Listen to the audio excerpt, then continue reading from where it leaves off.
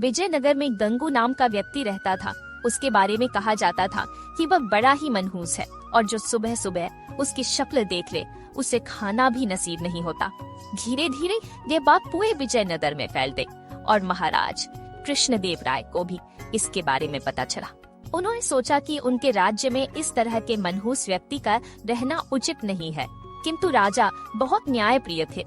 उन्होंने सोचा कि पहले वो यह देखना कहते हैं कि इस बात में कितनी सच्चाई है। राजा ने अपने सेनापति को आदेश दिया कि गंगू को उनके सामने लाया जाए। सैनिकों ने गंगू को महाराज कृष्णदेव राय के समक्ष पेश किया। महाराज कृष्णदेव वे सोते थे, उसी में गंगू के लिए भी बिस्तर लगवाया और सुबह जब राजा सोकर उठे तो उन्होंने सबसे पहले गंगू का चेहरा देखा। कुछ देर बाद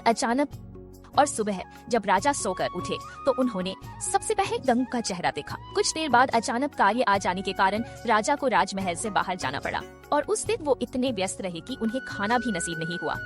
राजा कृष्णदेव राय को यकीन हो गया कि यह सब गंगू का चेहरा देखने के कारण हुआ है। राजा ने सोचा, जब इस व्यक्ति के कारण मुझे भोजन नसीब नहीं हुआ तो शहर के दूसरे लोगों के साथ क्या होता होगा।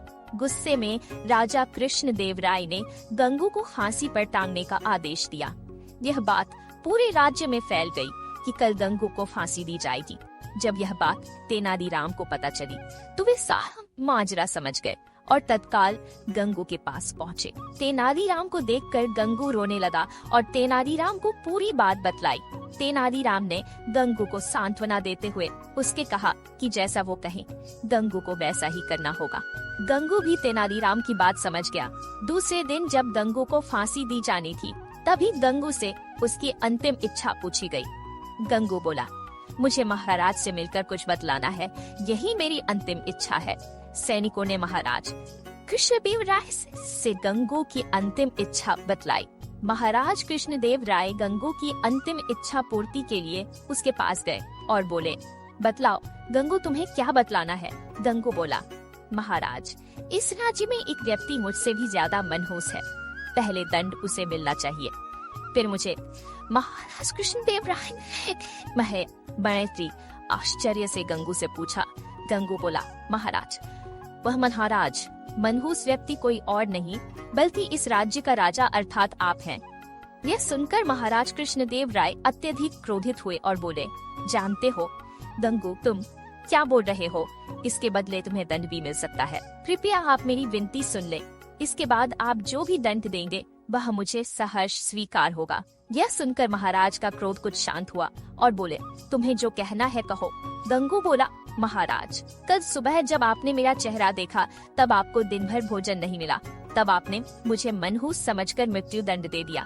ठीक उसी समय कल सुबह मैंने भी आपका चेहरा देखा था और मुझे फांसी की सजा मिल गई, मतलब आप मुझसे भी ज्यादा मनहूस हुए।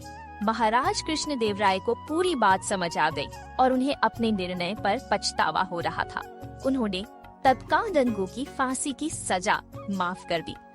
गंगू को अपने पास बुलाकर पूछा, गंगू यह विचार तुम्हारे मन में किसे आया। गंगू बोला, महाराज मुझे तेनालीराम ने यह सब करने की सलाह दी थी। महाराज कृष्णदेव राय ने गंगू को बहुत सा धन देकर विदा किया और तेनालीराम को बुलाकर उसका धन्यवाद दिया कि उनके कारण एक निर्दोष की जान बच गई और महाराज के हाथ से एक बहुत बड़ा पाप होने से बच गया।